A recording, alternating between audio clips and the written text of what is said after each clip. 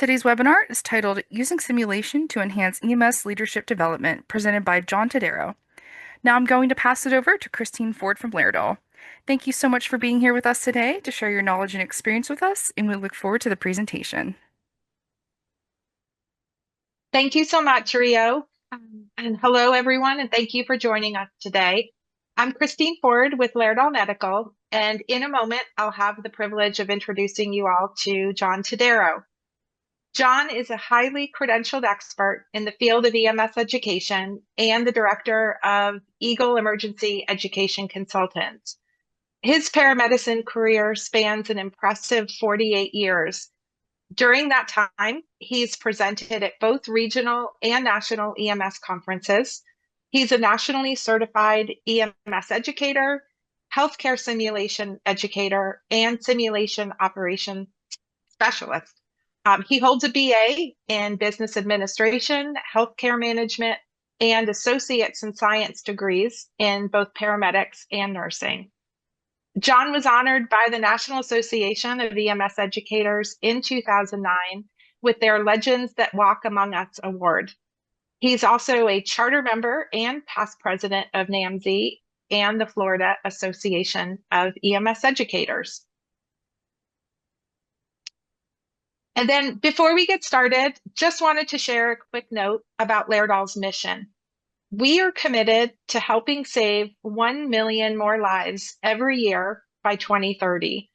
That's a goal that continues to guide our work and everything we do. Through global training programs and impactful partnerships, we've already seen meaningful progress, including millions of bystanders trained and thousands of lives saved annually. If you'd like to learn more, you can visit the link that you see on the screen. Rio mentioned we will be handling Q&A at the end of the presentation. So as she mentioned, please drop questions in the chat and we will cover them at that time. So thank you again, John, for joining us today. I will now turn things over to you. Well, thank you for inviting me, and thank you to everybody who's logged on to listen. So we're going to go ahead and get started. Again, if you have questions, you can save them for the end, or you can drop them in the chat, and we'll try and answer as many of them as we can in the time frame we have. So first off, like every good educator, there are learning objectives to the presentation, and these are those learning objectives that we're going to be using today. Specifically, we want to talk about how to use simulation in leadership to develop leadership skills and the process and the benefits for that. So first off, as many of you know, the concept of becoming a leader in EMS in the past has kind of been the baptize in fire kind of method. Is congratulations, you know, you're a good paramedic, you're now a supervisor. And we've received almost no training. And to this day, there's still agencies who unfortunately do that and don't provide a ton of training, or any training for that matter, for their staff. We see things like comments being made as well, the best training will be on the job training, so you'll learn as you go. Or, you know, managers are talking to each other and they'll say, you know what, we're going to promote John and he'll either sink or swim, and we're sure he'll swim, so it's not a big deal. The other comment that I used to hear a lot is, no one taught me to be a leader. It's all about learning as you go. So that's not really the way we want to train our leaders. It's not really the way that leadership is developed. So one of the first things that I want to talk about is, why can simulation help? All right, you can use simulation to develop a progressive decision making. In other words, you can use it to apply operationally, logistically through scenarios. So it makes it a little bit easier to kind of look at a person as you're developing them as a leader. So how will they react in operational situations? How will they operate in logistical situations? The best process here is to create something that can be tested and measured. So when we create these simulation environments, we want to be able to test and measure not only the soft skills of being a leader, but we want to look at emotional regulation. How does the student, the employee for that matter, how do they regulate their emotion when they're making decisions? How do they regulate their emotions when they're participating in a discussion? For example, interviewing a potential new employee, or a disciplinary action, those types of things. We want to look at that as a big picture, and simulation scenarios allow us to do that, allow us to test that without actually creating any harmful effects. So what does it really do? Well, first off, it puts the learner in a role that they have to be a problem solver. We give them a scenario and they have to respond to the scenario with realistic processes. How would they handle it? They're not just going to verbalize it, they're going to actually do it. One of the nice things about the way these simulations work is as you develop them and as you use actors and even simulated patients in some cases, you can develop these scenarios so that people react to the scenario. They're generally built around realistic, progressively complex work environments. One of the things I really like doing is the interview of new employees and the disciplinary action, the discussion of, you haven't been doing your paperwork or you're arriving late at work, those types of things, because they're real world. That's what leaders have to deal with. That's what shift supervisors and shift commanders have to deal with. That's what managers have to deal with. It's important that when we look at these scenarios and we start building these scenarios, that we think about the tasks that we want them to become experts in, and the concept of developing critical thinking skills. So these scenarios need to be designed in order to create that process. So why should we use simulation? Well, first off, it gives you the opportunity to look at the real-time consequences of the potential leader or the leader for that matter, making decisions. How is their decision making in real time? One of the important things about developing these scenarios is creating time for the actors and the leader to interact so that you can see how they react to consequences of the things they say and consequences of what the actor might say. The nice part about this is it's done with no risk and no endangerment of personnel. All right, it's in a controlled environment. It can be stopped and restarted at any time. So you can practice high risk, low volume, and even unusual situations without having to worry about what are the results going to be. Is it going to cause peripheral issues? The other nice thing about simulation is you can pretty much use it in any environmental condition, and it can be done anytime. You can do it in an office, what the simulationists call in situ, in actual situations. So you can do it in an office, you can do it in a classroom. You can create the environment around the scenario so that when the leader or the student comes in to sit in and interact in the scenario, it's as real as possible.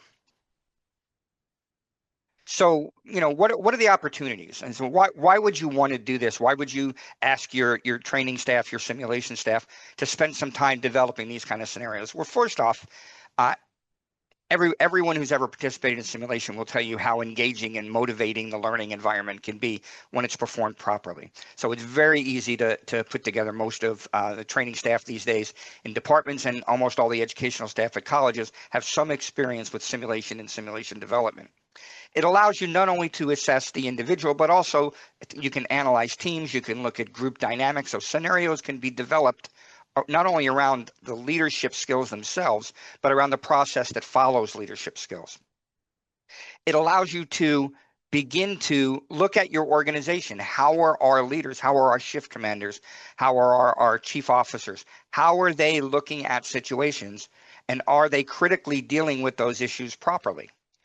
You can do things like look at, is there bias within the organization, so that you can teach leaders to understand when they have an unknown bias and help to eliminate that bias. Can also go through some things.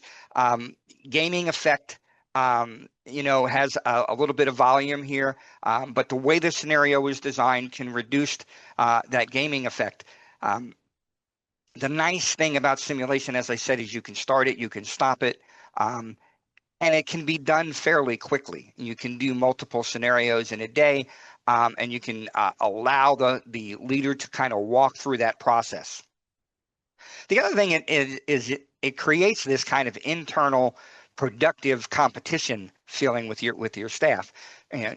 Supervisors and shift commanders, we all know they all want to be the best, and they all want to be better. Everybody knows the whole C shift is better thing. So this allows this friendly competition within the organization, within the organization's leadership skills. So, what's the return on investment? I mean, for directors and administrators and chiefs, the bottom line is, what's my return on investment? How much is this going to cost me? And, what do I get out of it? Well, first off, you can maximize your simulation time because you can do it in this controlled simulation environment. You're not having to send them off to classes, and you're not having to pay for travel and those types of things. It allows them to look at, as an organization, to look at the way leadership is managed and the way leadership does their job, and it gives them an opportunity to fine tune that. And as for the primary financial impact, as people say, well, what is this going to cost me? Okay, it's much cheaper, obviously, than sending them to specialty courses and with travel fees and overtime and backfill and that types of things. Now, I'm not saying you shouldn't send people to those because there are some really good ones out there, but this is a way to do everyday leadership training in your organization without it costing you a ton of money. So why? Well, first off, it's easier to use, it's more efficient, and it's a cost-effective way to get your people to understand how to react, how to deal with real-life situations. We all have had that opportunity if we've been the ones that were thrown into the job as a supervisor. That first time we have to talk to someone about the dreaded body odor discussion, or the pressed uniform, the wrinkled uniform discussion. Everybody at some time in their career as a leader has had to have that discussion at least once. Those are very awkward, and things like simulation allow you to develop a process to do that and make it less awkward. It helps you to react properly in the real life situations. So, simulation allows you to practice, and that's what we're talking about. It allows you to practice your actions. It allows you to practice responses, and it allows you to look at the effect of your responses on the situation. So with a good actor in a simulation, when the leader reacts to the situation, the actor has options, and usually that's a script of options that's been taught to the actor, and the actor can then move. The difference between this type of simulation and clinical simulation has a very set pattern, and we expect the clinician to move through that process in the protocols, for example, standing orders, that type of thing. Whereas in a leadership situation, there are various routes a leader can take in the process of talking to an employee, or in the process of operating in an interview process or a discipline process. With the actor, we can allow the actor to react to how the leader comes across. Therefore, we develop those skills, and we can obviously look at what's good, what's bad. Scenarios can be stopped and restarted so that we can do right there a spot-on training, spot-on education. The nice thing about it is this is generally a one-on-one situation. Things like shift commanders talking to people about coming in late, not doing their paperwork, not having their clinical reports in on time, personnel issues, personal issues, those types of things. These are one-on-one situations in the real world, and in this simulation, you can make them one-on-one. And you can do this by allowing the leadership candidate or the leader themselves, they can look at work in a wide range of areas. So if you develop these scenarios as real world as you can, based on things that you've experienced as a leader, that you've heard other leaders experience on, the basic things are always there. Getting your paperwork in on time, showing up on work on time, dressing properly, meeting standard of care, following protocols, following operational guidelines. Those are the standard situations that we know leaders deal with, but how do they deal with it? So giving them the opportunity to encounter those kind of situations, real world developed situations, allows them to develop that experience. So what's the process? So first off, the most important thing is that you need to develop a needs assessment. If you're looking at creating leadership simulations, where are the areas that you have issues in your organization? So do a needs assessment. You can survey your current leadership. You can survey your staff, for that matter. And what are the areas that they're uncomfortable with? What are the areas they feel work needs to be done on?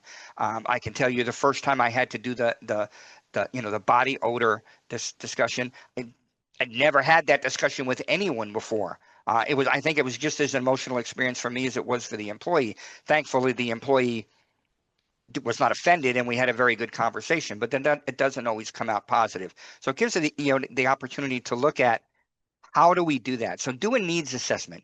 Select so many categories. One of my recommendations is don't go overboard. Select 2 or 3 categories to start with, do the simulations on those, and then move down your list, this list that you've created. Look at what is your core leadership in education in your department. If you have a leadership program, whether that's a leadership program that's actually the department's, the EMS agency's leadership program, or whether it's a governmental program at the county, at the city, or whether you're using some type of leadership program from an educational organization, or you're hiring a private firm to come in and do leadership education. How does what you want to do with this simulation, how is it going to integrate into that core education that you're creating for leadership development? The other thing is avoid focusing on the process of simulation, focus on the outcomes. When these scenarios are created, they don't require a lot of mapping out like clinical simulations do. The idea is to get the 2 representatives, the actor or actors, if you're doing it multiple, and the student, the leader, to interact. So we want that process to interact. So we don't want to look at focusing on what comes next. We want to look at what outcomes do we want, and then having that process of the actor reacting with the leader develop and look at how those outcomes will come. Simulations can be developed as clinical ones can be developed as group activities. Many agencies, when they develop these and do these, they have an observation process where one of the leaders in the core education process is performing the simulation and others are able to watch it. Maybe not while it's running, maybe it's videotaped and then they run it later in the classroom. One of the things I've discovered is peers are much more provide much more pressure on each other than we as educators do. So providing that opportunity for peer interaction can really move the activity forward. The other thing is it's really important that once you start developing simulations, that you do not just develop those simulations and use them forever. It's really important that you assess how the process works. Are we doing pre-briefings? Are we doing debriefings? Are they working? Do we need to change the way we do a pre-briefing or a debriefing? We want to come in and make sure we're doing these pre-briefings where we are pre-briefing the actors, but also the participants, at least giving them a concept of what they're can expect. But that debriefing process at the end of the simulation, really important, because that's where the majority of the learning process comes in that debriefing, where now we're discussing how the leader reacted in the situation and where things could go, where they should go, and then that thin line in between what HR will accept and what HR will not accept. Okay, so it's important to look at how are these simulations designed? How are they being used? Are they working? And remember that the world changes pretty much daily. So simulations, once they're designed, they're not finished. You're constantly relooking at those simulations. Are they working? How can I fine tune them? How can I make it better? So, people wonder, how is simulation limited?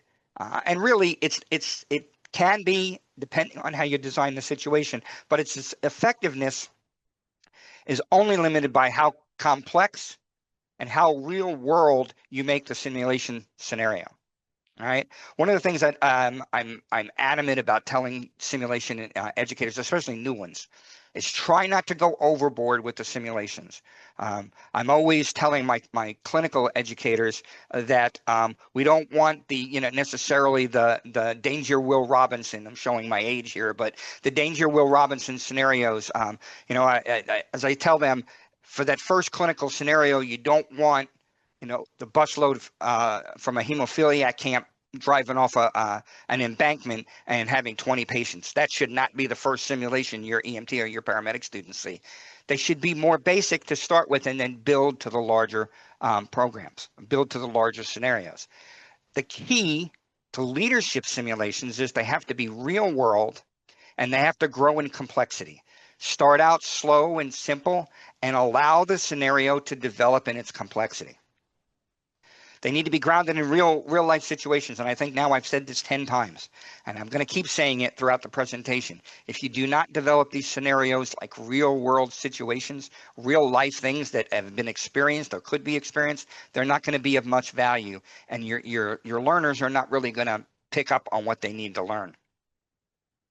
The scenarios need to look at how leaders adapt and how they can adapt leadership styles. We all know that one leadership style isn't the way to go, whether you're using emotional intelligence or whether you're using, human nature or whatever concept of quote unquote leadership skills you are using or leadership styles you are using. Those have to be adaptable.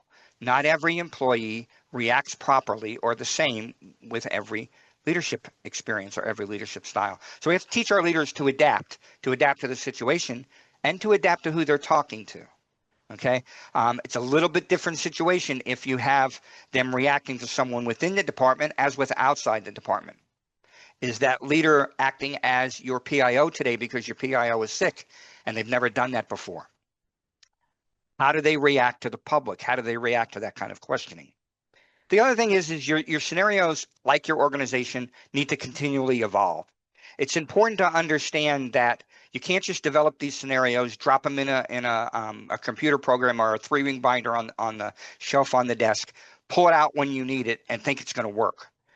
They need to constantly be reviewed. Things change. HR policies change. Just the general concepts of how leaders deal with their employees change. Not to mention the fact that as leaders change and as you see leaders developing, those basic scenarios don't provide education and don't provide sharpness for their edge, for their leadership edge. And we want to constantly sharpen that leadership edge. So we need to continually look at how are we doing these scenarios? Can we design them better? Can we develop them better? And as I said before, the post debriefing, the post-simulation debriefing, very, very important. It's a formal review. Think of it as a hot wash lessons learned approach to the scenario. We're going to sit down not only with the student, the leader, but also with whoever else participated in the scenario, if there was an actor or more than one actor on the scenario. And we're going to have an in-depth review, a hot wash, if you will, of how the scenario went, good and bad. Now, my rule of thumb is I try to end these always on a positive note when possible, and generally you can do that. But it's really, really important to understand, do not skip the post debriefings. A lot of educators in the beginning, when we first started using simulation, especially on the clinical side, they talked to the students and then they kind of moved on, and they didn't do formal debriefings. Formal debriefings can double and in some cases triple the education flow to the team that is doing the scenario. It allows them to, now they've reacted, now it allows them to analyze their reactions themselves and the other people participating. And then also you as the person managing the simulation can have, that leadership quotient drop in of information. So the debriefing is very, very important. I want to backtrack just a little bit and talk about the pre-briefing for a second. The effectiveness of a simulation is going to really sit on how the scenario is designed. I'm a firm believer that you have to pre-brief not just your actors, but also the participants. The participants, if they've never participated in simulation, and certainly they probably have not participated in leadership simulations, need to know what is and what isn't going to work. Okay, so they need to kind of have an understanding of this is what we expect it to run like. You're not going to give them an overview of the scenario itself and tell them what's going to go on, but we want you to react. Don't worry about the process around all of this. Work with the actor. React to the actor. React to the situation. React to the information you are given.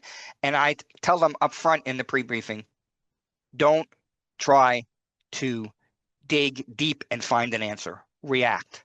Because when you react, positive or negative, when you react, you learn. Okay, and then we can use that reaction process in the post-simulation debriefing to hone that edge and improve the status.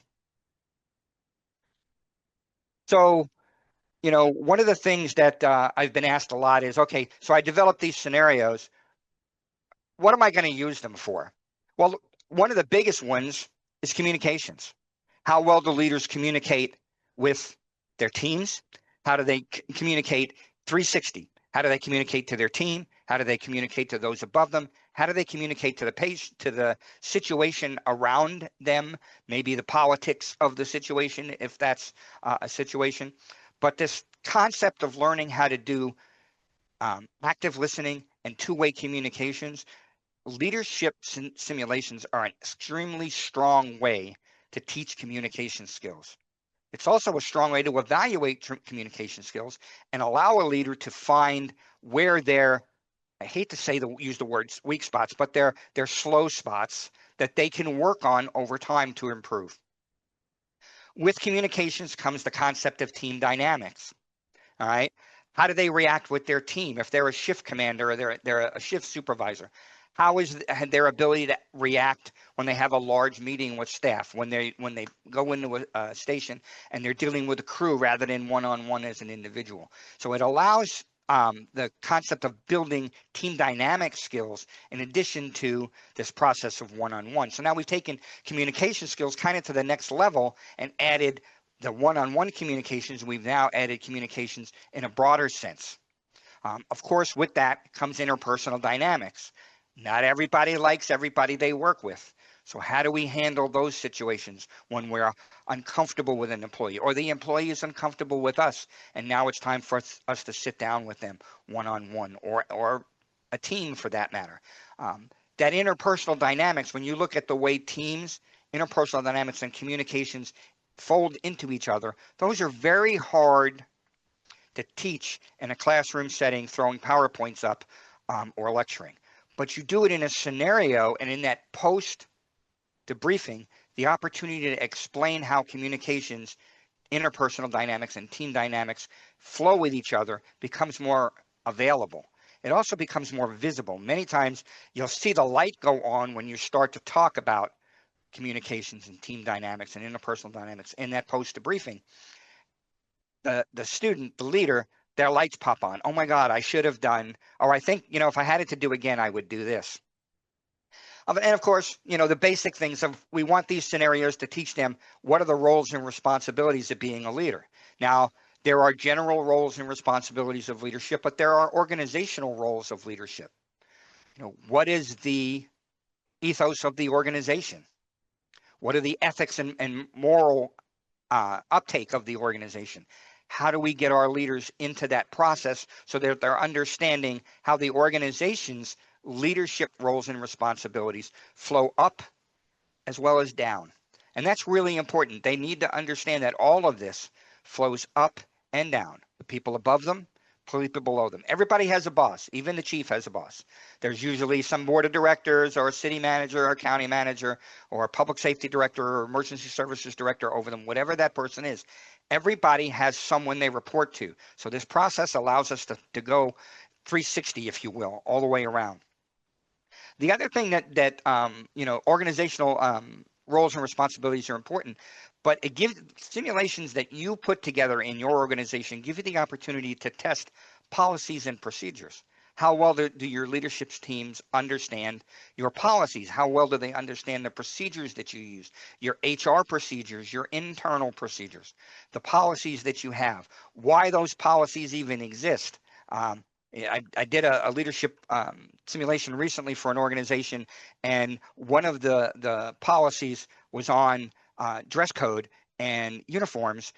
It was an organization that had heavy winters and the jackets they provided and that type of thing. And there was a lot of discourse amongst the organization, apparently, on that process and what jacket was appropriate and what was not. So one of the things that the chief of that organization wanted was all the supervisors on the same page. So we helped use simulation to move them into that policy and procedure process so they were all on the same page. So when they walked out of that training, they were all saying the same thing, and it was supporting policy.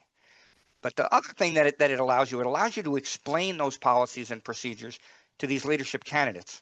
So they're just not reading it on paper and thinking, okay, that's the policy, but why?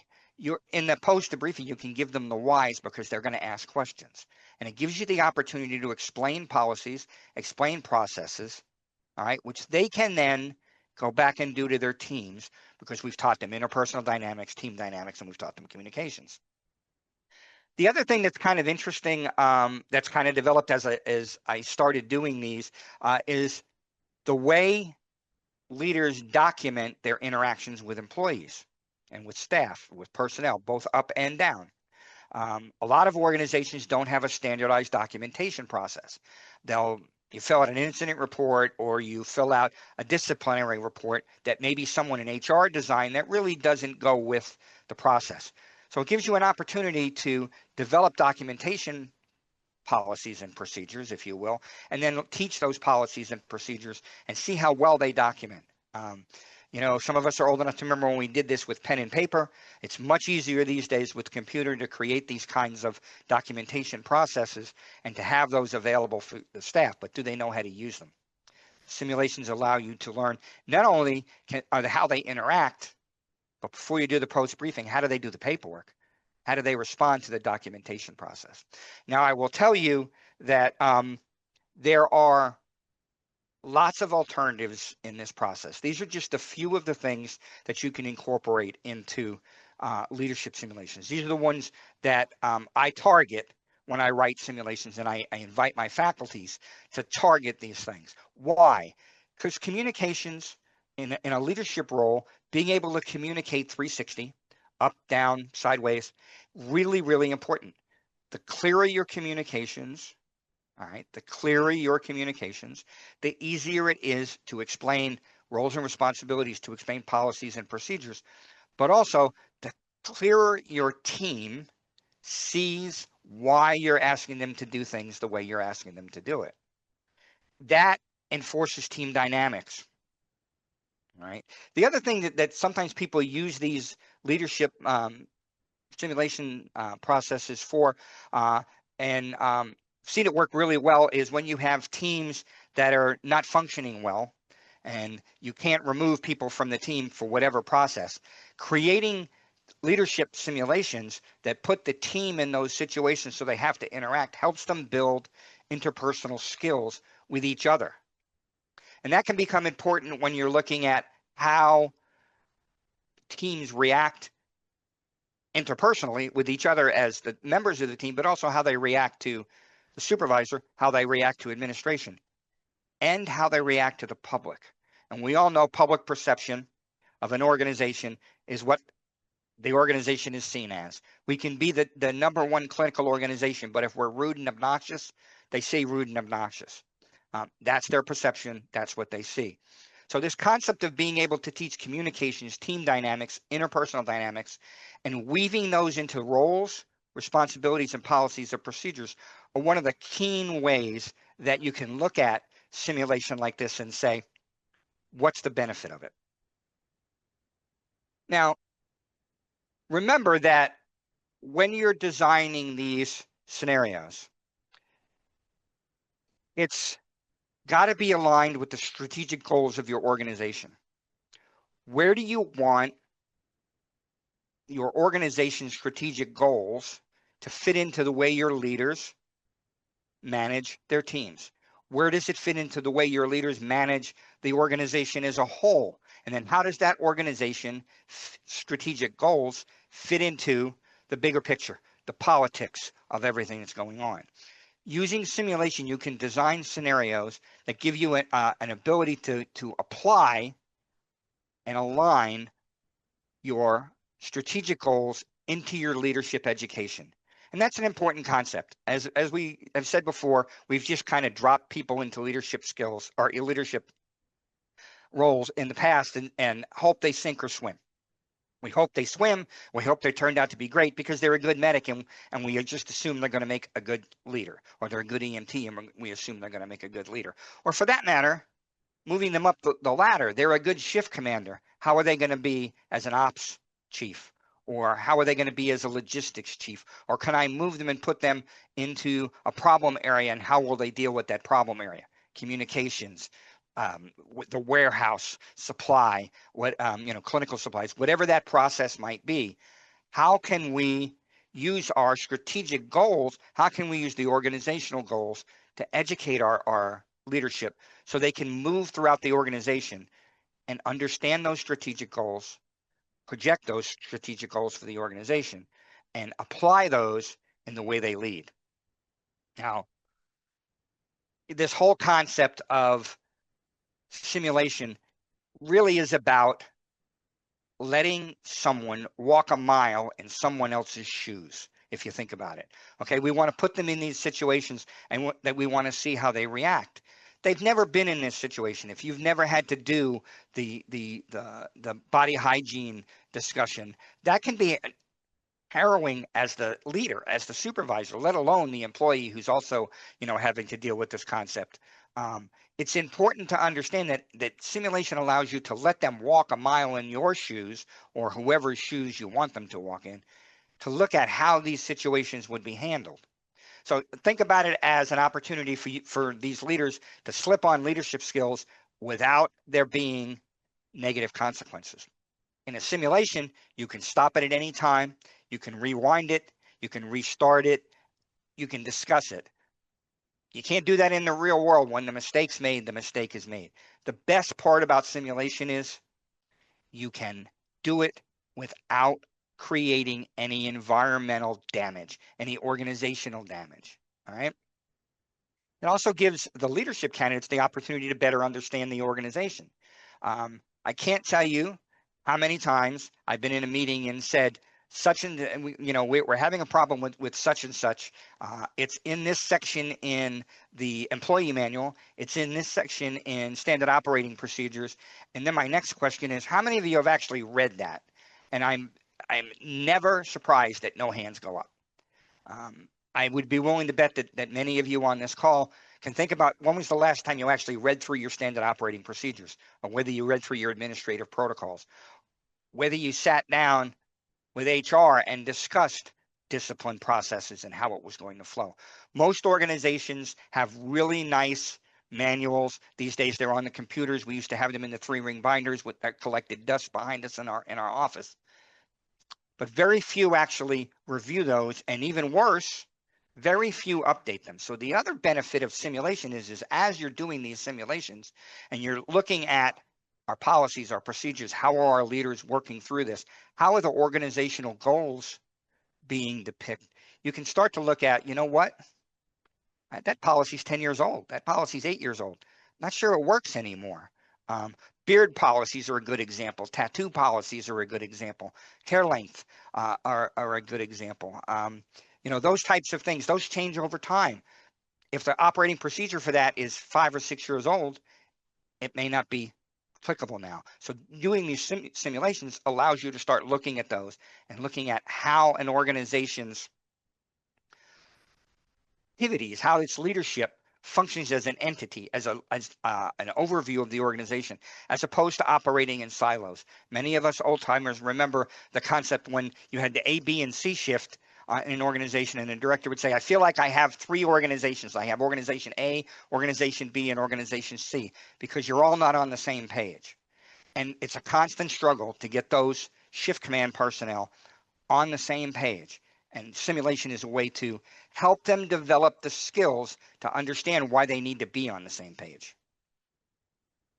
So we kind of talked about why. How do we do it now? We talked about the importance of building realistic real-world simulations. So what I tell people is, what's going on in your organization? What have you seen? I mentioned a few here, being late, continually late. What's the reason for that?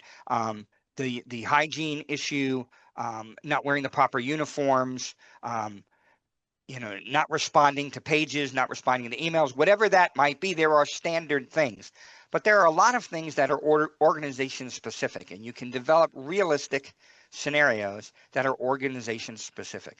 Now, how do I develop a scenario? I'm 9.9% sure out of 10 that your education staff, if they're using clinical simulations, they have some sort of template that they're using. If they do not, The Society for Simulation in Healthcare has an excellent template on their website, and it's free. You can simply download it. But the template is a basic design of how to develop a scenario. So you can use these templates to develop the format for the scenario so that you have the pre-briefing, the actual scenario, and the debriefing and how those work. But I'm going to emphasize, and I've said it, like I said, probably now 14 or 15 times, real world simulations. It has to be stuff that's real world. You're not going to have some of these, major things. Things like devastating things like an employee having alcohol in their breath, or if you have a firearms policy, maybe the employee's violating the firearms policy, or a policy of who can be in the station at what time of day. One of the agencies that I worked with, after 5 o'clock, no one was allowed to visit the station, and no family was allowed in the station after 5 o'clock. I never really understood what that policy was for, but that was the policy, and it needed to be enforced, so it needed to be explained. So those are the kind of things, real world simulations that incorporate and emphasize leadership skills, your operating procedures, your rules and regulations. And again, do not neglect your HR policies that many of your field medics have no idea about those policies unless they, for some reason, have interacted with HR, whether that's a disciplinary action or a request for assistance. They may not know the HR side of this. So it's a good way to get your leadership personnel or your incoming leadership personnel to understand HR. The other thing is when you develop these scenarios, one of the things that can really make or break a scenario is how well does it work? First of all, will it flow? Is it cost efficient? So what I constantly push is you have to pilot test scenarios when you develop them. So what does that mean? That means that you take a group that you feel is already skilled at what you're going to be testing, and you run them through the simulation. That could be FTOs or shift supervisors. That could be experienced paramedicine faculty from the university that is helping you. Excuse me. It could be your high-end, high-experienced EMS personnel that you eventually want to move into the supervisor role. I'm really one of those faculty members, one of those people who looks at how are my former students doing and are they moving up? And do I have high performer former students that are in other organizations that I might be able to help pull in to test these pilot tests for me? If you've got leaders in your organization that everybody considers a good leader and you consider a good leader, ask them to step in and take the scenario and flow with it. They can give you insight on how to clean the scenario, how to sharpen the edges of that scenario, and how to make it more agency specific. And that's really, really important. And every time you upgrade the scenario, so you've changed it for whatever reason, HR policies have changed, whatever, retest it, repilot test it. Now, do you have to pilot test it 20 times? No. Usually what I do is twice, at least 2 different groups tested. We take their data, their information, and we look at what edges do we need to soften, what edges do we need to sharpen. Now, it's really important that if your agency has a standardized simulation process that they use in their clinical simulations, you should try and use that validation process, that clinical process, in the leadership simulations as well. Generally, they flow pretty good, and it will give you the opportunity to be able to use a standardized approach across education in your organization. One of the last things that's really important from the perspective of the person who is the leader who's going to be in this class, or maybe it's your staff and you're doing general leadership training and you're going to include these scenarios. Pre-readings are important. All right. If they don't understand the policies and procedures, and they don't understand the operating protocols, and they don't understand that the ethics and the morality of the organization, and they don't understand the ethos of leadership within the organization, scenarios are not going to work. So it's important to kind of give them some pre-education to this simulation, whether that's reading, whether that's sit-down conversations at the station going over protocols or standard operating procedures. You have to learn to develop those, but it's really important. You don't just drop people, especially if you're opening this training up to anyone in the organization who might potentially someday want to be a leader, which I highly recommend you do that.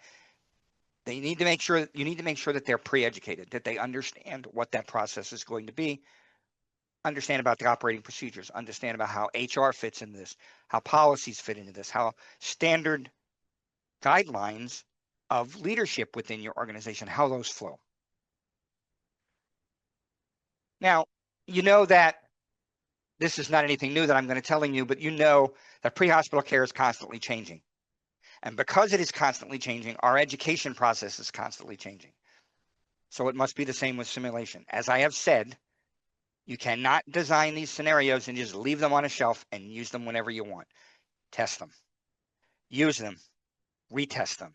So, maybe you need to soften it. Maybe you need to sharpen it. Maybe you need to change the concept was good, but the scenario itself wasn't working. It wasn't getting where you wanted to go in the process. So constantly update them. All right. I tell my simulation faculty all the time, once you write a scenario, you have it for life. You need to play with it constantly. You need to constantly look at it. Does it work? It's never truly finished because you're constantly changing it to the environment, to the students, and to the world and how the world fits. What's, on the clinical side, it's scope of practice changes, constant scope of practice changes. I mean, think in the last 6 months to a year, the things you've seen in the clinical settings, blood products, field ultrasound, all the new pharmaceuticals that are out there. We're constantly changing our clinical protocols. Therefore, we're changing our clinical simulations. Same situation here. And remember that if you make major changes, pilot tested, revalidated. Really, really important. If you do not pilot test and do not validate, the changes don't make a lot of sense. Okay, so kind of coming to the conclusion here, just an idea. These are some of the research that has been made about how simulation technology and how simulation-based education functions. A couple of things. Simulation has proven to improve leadership knowledge and skills, but more importantly, it allows them to practice in a controlled and safe environment. And that's really important, controlled and safe environment. Okay. It allows you to do deliberate practice while promoting acquired skills and supporting retention for employees. The more we educate our employees, the more we show them they're valued, the more likely they are to stay with an organization. We all know recruitment and retention these days is way high on our list of things we need to deal with. So it's important to understand how do we maintain employees? How do we get them happy with the organization? How do we get them happy with the process? We barely have career ladders in paramedicine. We know that. And when we have them, we need to be able to get employees prepped and ready to move up those ladders, and simulation can help you do that. This is the bibliography. These are many of the concepts that we've been talking about have been based on this research and these articles. You're more than welcome to take a screenshot of this. My emails addresses will be at the end of the presentation here. If you have a question, please don't hesitate. Drop me an email and say, hey, John, I was in the webinar. I started thinking about this and I need an answer, or I need help, or where can I find this? I'm happy to answer those questions, and I'm happy to interact with you. Lastly, I will be at EMS World Expo running their simulation lab in the exhibit hall, as I have been for the last 15 years. If you're going, stop by, say hello, tell me you saw the webinar, and bring your questions live there. Ivan Mustafa, who is also my colleague who will be there, is a very experienced simulationist, and between the two of us, we can answer most of those questions. So with that, thank you very much. We're to that point where I'm going to turn this back over to Laerdal, and they're going to move towards question and answers. But this is my contact information. Either one of the emails will work. Be happy to, as I said, speak. If you're into LinkedIn, you can connect to me on LinkedIn, and we can message on LinkedIn as well. And with that, I'm turning it over to Christine. Thank you so much, John. Such great information. And thank you so much for sharing all your experience with us. Oh, you're I've welcome. seen a couple of questions come in to the chat, and I think some may have been sent directly to Helen as well. But one that did come up was asking if you have any best practices around using debriefing tools or rubrics or scoring sheets to ensure that everyone is maximizing learnings. There are several highly respected rubrics, checklists, if you will, for debriefings. I am one of those that I don't recommend one specific one. I tend to ask educators to look at two or three of them and look at them and determine which one works for them. Most of the debriefing rubrics that are high end can be found on the Society for Simulation and Healthcare's website in their resource area. I know that NEMC has a few in their simulation resource area as well. As I said, I don't necessarily use a singular one. I use one that I think works well for leadership simulations. I have another one that I think works much better for clinical. But overall, it's a use and diffuse practice. You have to kind of use them in your tests and see which one works best for you, and then pick that one. The other thing is there's nothing that says that you have to use a pre-made debriefing process. You can take an outline of the debriefing process that you can get from SSH, and you can develop your own rubric that's very specific to the scenario and very specific to the organization. And I know a lot of educators who do that themselves. It's a good question, though. Thank you. There was also some interest in sharing a link to the template that you mentioned earlier. So if we can share that out or drop that into the chat, or just let us know where we can. Yeah, I'll get it. I'll just need to log on in the simulation SSH and get that template. That's fine. Okay, wonderful. We can send it out with an email later on. Okay. And do you have any recommendations for budgeting for leadership development? Oh, the dreaded finance question. Okay, so this is what I tell people as they're discussing this with administration. First off, chances are it's not going to cost you a ton of money to develop these. If you already have FTOs and education personnel, they're probably using scenarios and using simulation. So they can help you move into this. So you're not really buying a lot of equipment. It's not like you have to buy a mannequin for this. Do some agencies pay the actors? Sure. But do you have to do that? No. A lot of agencies will use senior personnel. I know two agencies that border each other who swap administrative staff when they do these teachings and use the administrative staff from another organization as the actors. The biggest expense can be in the time it takes to bring people in. So that backfill of shifts, if you will, or overtime, or however you're paying that, whether you're doing it individually or whether you're holding a leadership class and you're dropping simulation in. One thing I'm really adamant about is you shouldn't just do simulations without some prep education. So I like putting these in leadership development classes and leadership development processes. And many times that stuff's already budgeted for. So it's just adding a little bit of supply money or that sort of thing. Off the top of my head, don't really have a number because it ranges depending on how many people you have, but it's generally not expensive. And it can be, again, there's not a ton of equipment that you need. You can do it in situ in somebody's office. So. Awesome. Thank you. And Helen, thanks for coming back on with us. Are there any questions that were sent directly to you that you'd like to bring up? Yeah, thanks, Christine. Yes, and that was fantastic, John. Thank you for going over that. So just a couple of questions. The first one is, I also got a budgeting question, so glad you answered that. I got another question about ROI, actually. So it was, you mentioned ROI. Can you elaborate on how you measure leadership growth or improvement after simulation training? Measuring this kind of simulation can be a little bit difficult. It's measured in the way leaders react post simulations, how they deal with staff. So when you have these incidents and a leader has had education in it, the way they deal with the situation can be cleaner, and it can be less brutal on the employee. And really, that's what we want. We want the leader to be able to sit one-on-one with an employee, whether it's a disciplinary action or whether it's a discussion, and be able to function with a good, clear communication. So how well do you're looking at how well your leaders post this process are communicating? Are they doing better one-on-one? Are they doing better with their team interactions? Those are the physical ROIs you're going to see.